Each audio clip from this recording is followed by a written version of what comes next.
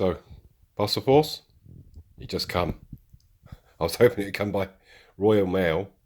I was sat there waiting for the postman. And he went straight past my house. I was like, oh no, it's not going to come till tomorrow. And parcel force, it's 2:30 in the afternoon, knocked on the door. I was like, if I had feet, I'd have done a jig. Engineering edition. I've never been excited about, or no, let me rephrase that. I've never been this excited about getting a new Loco. It is apparently second hand. I'm trying to figure out where the second hand is. So that's all the bits and pieces it's got on it.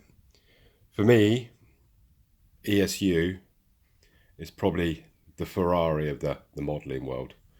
And any of you that have heard of it, yeah, ESU would know exactly what comes as standard. So there's a part number, class 77. Well, it's actually not a class 70. It is an EU class 77, but it's actually a class 66. Class 66 with benefits. I'm just going to give you a quick overview for any of you that may speak German. That's all the sounds on them.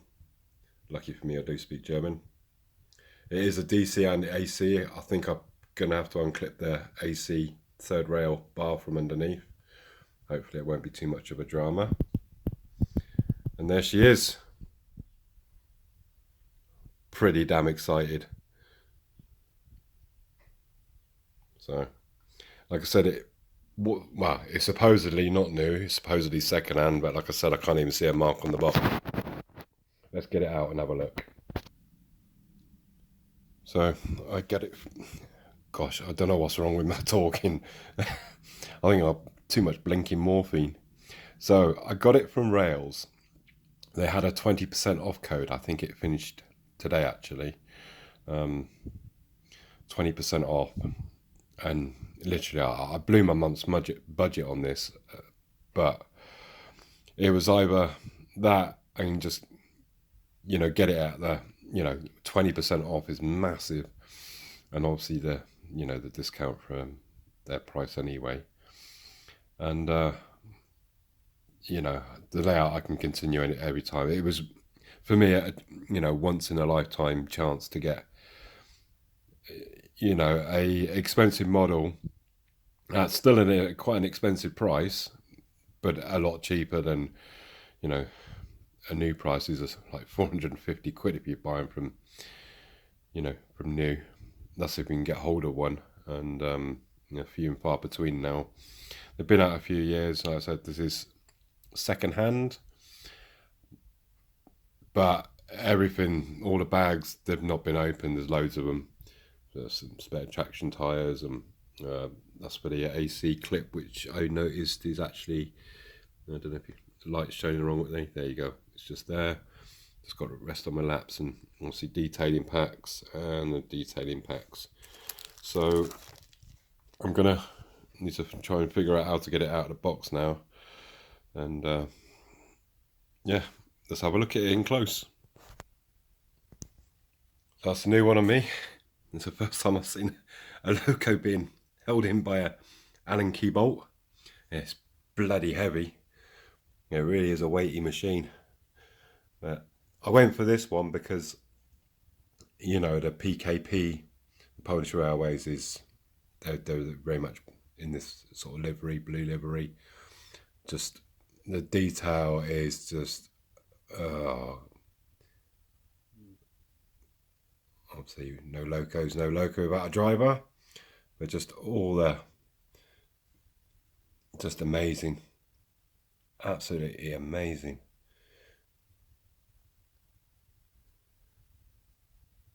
Just really chuffed. I said I've got all those detail packs to put on. The only difference between the sort of R-Class 66 is, I can see sort of straight away, is the roof boxes, but everything else seems to be the same. It is sound. We're going to give it a little run in a sec. It also does have steam, but I'm not going to do the steam today. The reason being, because it's not long before I move, I don't want to fill it up with fluid and, you know, basically have it left in there. But I will, at some point in the future, I will show you, obviously, because the smoke that comes out of the exhaust over the other side there. So I've seen it on other people's videos, a guy with a ESU Crossrail livery one. So yeah, the smoke looks pretty cool coming out. But I will do the sounds and we'll give it a quick run. So just let me get it on track and code it in.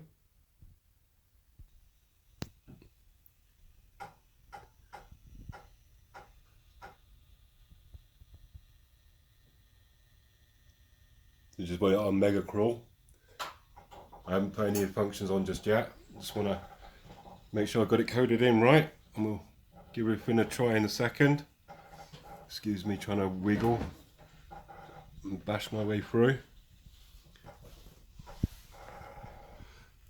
Like I said, this is the Ferrari of the modelling world, or the Rolls Royce of the modelling world. Just creeping along. And if you noticed on this one, as in compared to that one,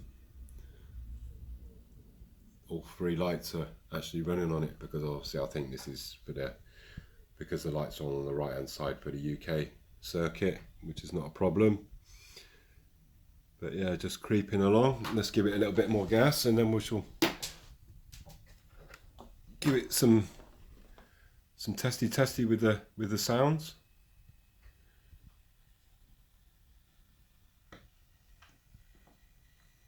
Yeah.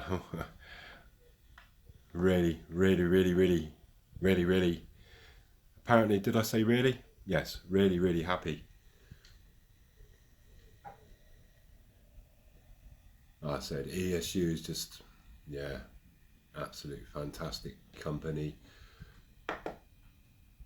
And I'm very proud to be sort of an owner of one now. I will, once I've run it today, I'm putting it straight back in the box and storing it until I move. Because I said I don't want to put any liquid in it just yet. So what I'll do, I'll bring it back to here and we'll... Just the gearing's amazing. So we'll just do it there. Let's run through some functions and see what we got. That'll be the horn.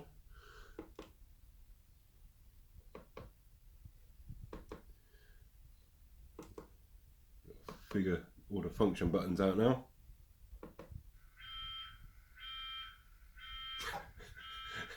This vehicle is reversing.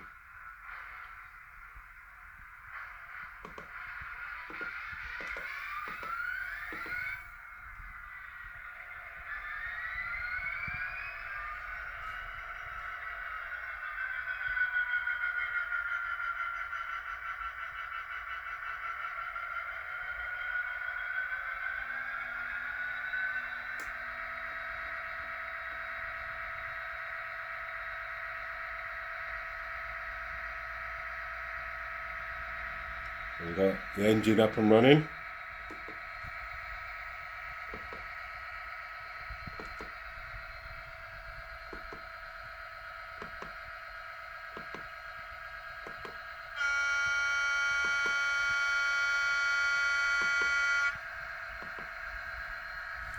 Let's see what else is on the next level. Hold up, hang on. There you go.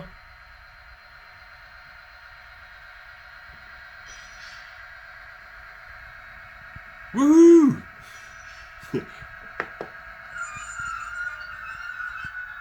Oh, did you see that underneath? Just bear with me a second.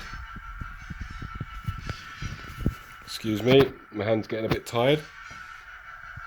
When that changed direction, there was some lights from underneath. Can you see the smoke there, guys?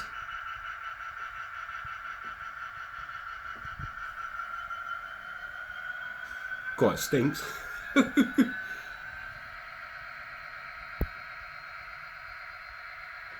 Yeah, oh look at that. Oh, that's bloody amazing.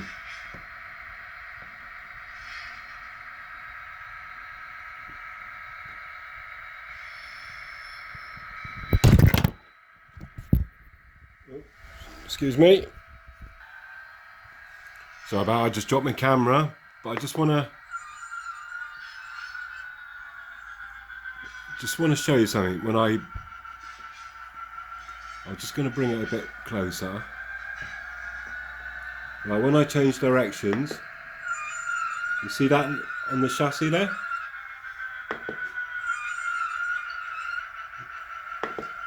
Brilliant. So what else have we got?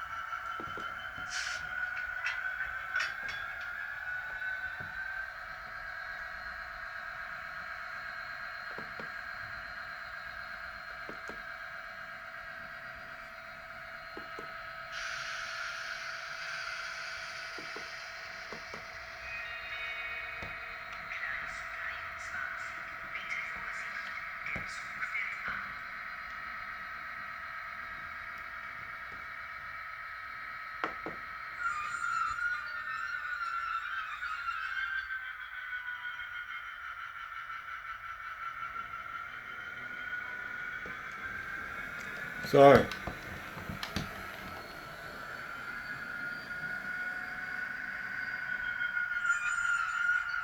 overall, just going to turn off these functions.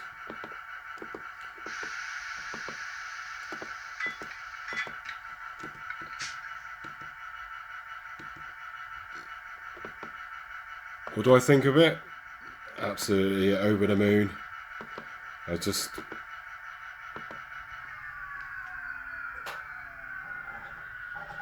a fantastic looking model. Runs absolutely fantastic. Obviously comes with sound, and obviously the smoke generator, which is not too overpowering. Yeah, this hasn't been used before. This is, I think, you know, a buyer's bought it for his collection, just never used it, and you know, happy for the price I paid for it. So yeah, I'm just literally so made up with it. It's just, you know, I don't mind paying money for something like this. Absolutely not. You know, it cost me £300. I don't mind admitting that. They are 450 quid, brand new. Rails, I've got one more. I think, obviously, without the sale prices at 375. They got one more in their shop, an ESU Loco. I'm sure if obviously you put an offer in, or if there's another sale that comes up, the love 20% off, you know, you can get it for 300 quid. So yeah, to me it's an investment. I'm not going to lose that money unless I drop it on the floor, you know. So it's not like, yeah, I've wasted it in any kind of shape, way or form. So, you know, I'm always going to get my money back on this. It's not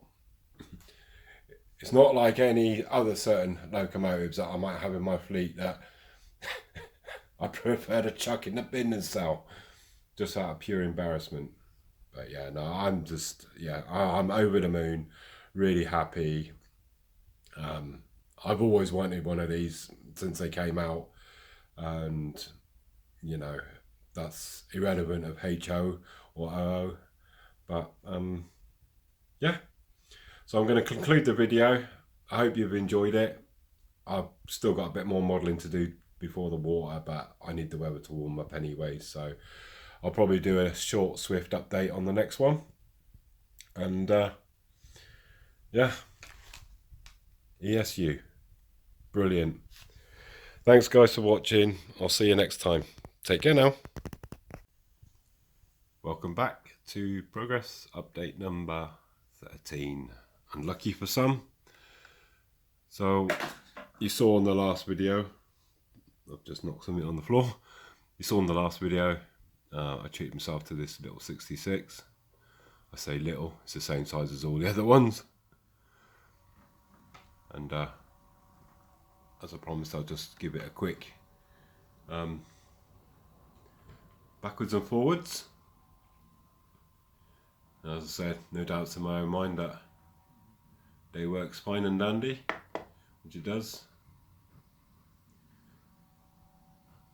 It's all already weathered and grimed up.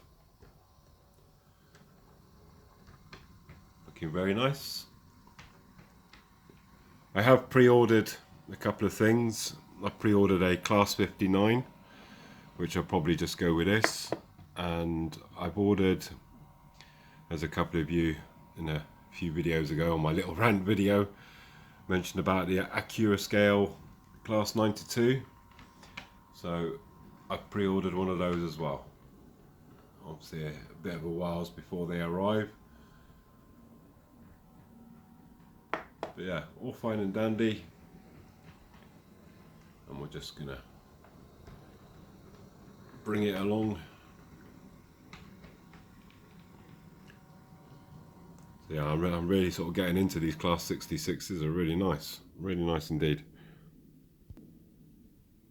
So I'm just going to run through the bits and pieces from that package, which are all now on track. Now these are in Belgian rail colours, and they're on loan to the Dutch network. But just to add a little bit on the end, they're now on loan to the Polish network. The last bit's not actually true, but thanks to Arno, who's always a great source of information. And yeah, funny, isn't it? Seeing those all nicely closely coupled. But yeah, it's a nice little rake of three. As I said, they are in the Belgium network colours, and yeah, on loan to the Dutch Railways, but we've added them to the Polish network. It's very messy up here at the moment. Like I said, I haven't been up here for a couple of weeks, and obviously revamping, or starting to revamp this area. But as I said, got a couple of flat cars which I put on that Ibertrend Loco. That's probably spend more time in the sidings. I need to try and quieten that motor down. I've got a bit of a cunning plan with that. Also the cold trucks that was in that bundle, blackened them down a little bit because obviously they're carrying coal and stuff. So look, yeah, very nice. Just going through all the bits and pieces at the moment. Do want to thank Stuart from St Mary's Church for doing that little video.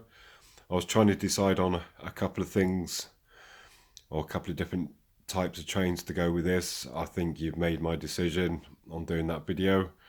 I think I will go with that, and that should come in a couple of weeks. But we've got these odds and ends wagons that will kind of go with it. They'll fit in just nicely.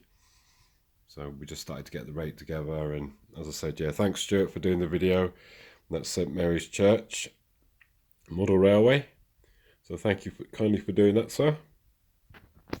I'm going to slowly start pulling up this area whilst I'm healing. So I've got a bit to pull up and get this all sort of revamped. Take the opportunity while I've got space to do it. So we'll do the long shot first, shall we? Got a long way to go. This is obviously just sort of 3 sections, 3 modules that I've put together. It is going to be a fairly, God, what's wrong with me today? A fairly sort of extensive layout once I move, but I'm just trying to get as much bits and pieces done before that date. I've just got a little bit of foam block to put in there and sculpt to mould and get the basic scenics in. And as you can see, I've got all this bank done, and it's all sort of static grassed and everything else.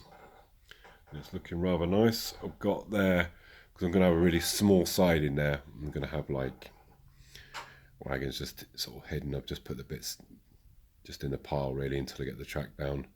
But yeah, an old sort of war well wagon just in the sidings, just rusting away. Got a few trees down here and there. Starting to make sort of progress on the more intricate details.